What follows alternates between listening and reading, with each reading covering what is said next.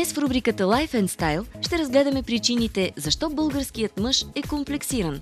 Изследванията, статистиките и анкетите ни доведоха до два резултата – липсата на пари и липсата на коса. За разлика от финансовите тревоги, които са по-скоро временни и отминават заедно с кризата, то косопадът се оказа по-сериозен проблем. Или поне беше такъв доскоро. По родните улици все по-често се срещат гологлави млади момчета. Данните сочат, че над 47% от мъжете до 30 годишна възраст страдат от косопад.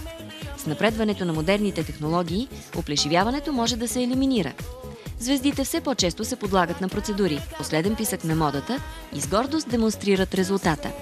Една от най-горещите новини, с които гръмнаха таблоидите, е, че топ-моделът Владимир Цветкович изживява нов апогей в модния свят, след като се подлага на директна имплантация на коса.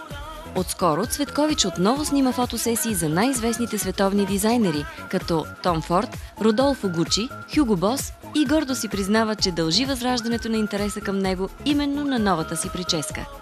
И той съвсем не е единственият. Най-известните телевизионери, спортисти и хора на изкуството по цял свят вече са приложили техниката за възстановяване на косата и се радват на абсолютно нова визия.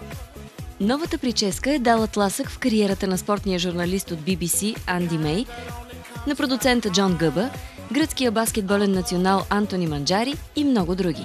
След възстановяването на косата, самочувствието се покачва главоломно. В крайна сметка се оказва, че комплексите все пак могат да бъдат преборени. Понякога всичко, от което имаме нужда, е надежда и вяра.